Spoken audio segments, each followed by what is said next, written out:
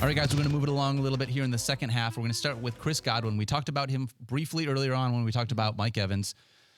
Last year, wide receiver 7, he tore his ACL in week 15, and that's really the rub with this entire conversation. So, Matthew, I just want to start with you. Chris Godwin coming into this year, if you're drafting right now, we're talking about, this is not a conversation you listen back to in August. You're drafting right now.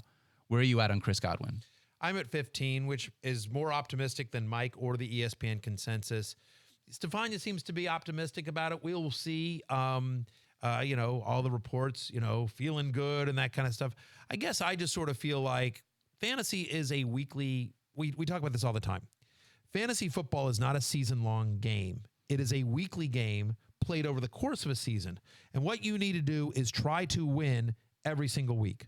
Chris Godwin is the kind of guy that can win you a week, right? Again, I expect his target share, once healthy, I expect his target share to go up even more again with no Antonio Brown there. It's really going to be, I know they've got Russell Gage there, and I think Gage is a nice player and actually an underrated sleeper, but it's really going to be, Evans and Godwin and Evans, and one of the best passing offenses in the NFL.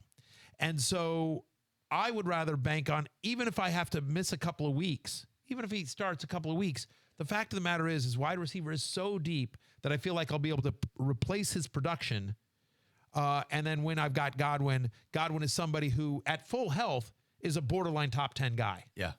So I'm at 15. It might be a little bit optimistic. That may come down as we get more reports. We get closer to August, and we're like, he's not ready, that kind of stuff. But at the moment, I'm expecting him to be there from game one as we sit here today, so I'm at 15. Yeah, 2+ missed games each of the last 3 seasons, then coming off the ACL. So knocking him a little for that, a little more than you are.